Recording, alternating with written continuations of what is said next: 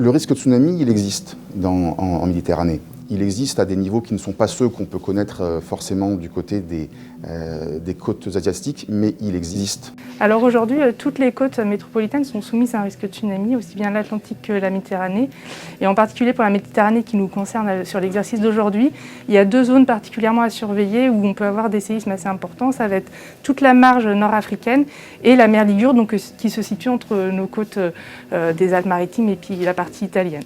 Et pour ces deux zones-là, par exemple, pour un séisme important qui se passerait sur la marge nord-algérienne, on a en moyenne 1h30 avant que la vague arrive sur les premiers points de la côte française, vers Toulon et Perpignan. Donc avec la dynamique de la vague, effectivement, c'est les deux points qui sont touchés en premier. Et puis pour le côté mer Ligure, donc un gros séisme qui peut se passer là-bas, on aurait des vagues en 20 minutes, 15-20 minutes sur les Alpes-Maritimes et 1h30 pour l'Hérault.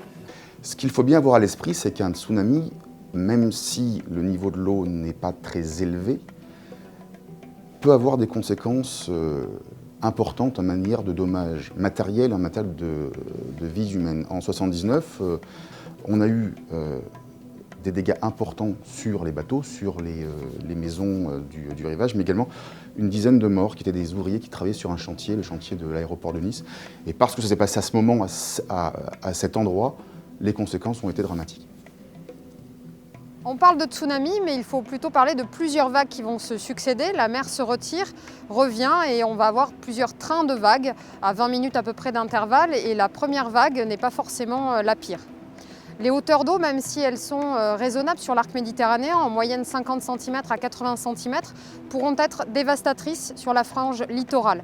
La vitesse de l'eau est extrême et même avec quelques centimètres, les voitures peuvent être emportées, il y a des risques des noyades, les ports peuvent être dévastés et les premières habitations de la même façon impactées. Le dernier événement qui vient de la marge nord-algérienne, c'était le séisme de Boumerdès en 2003. Et puis sur le côté mer Ligure, il y a eu un très gros événement en 1887 qui avait fait des vagues sur tout le littoral Alpes-Maritimes jusqu'aux Bouches-du-Rhône. Donc voilà, c'est des événements qui ont déjà eu lieu par le passé. On sait qu'ils vont se reproduire. Par contre, effectivement, on n'a pas la date de retour.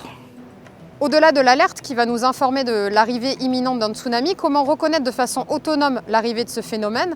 Tout simplement, si le séisme est proche, on va ressentir les vibrations, on peut également entendre le bruit du séisme, tsunamigène.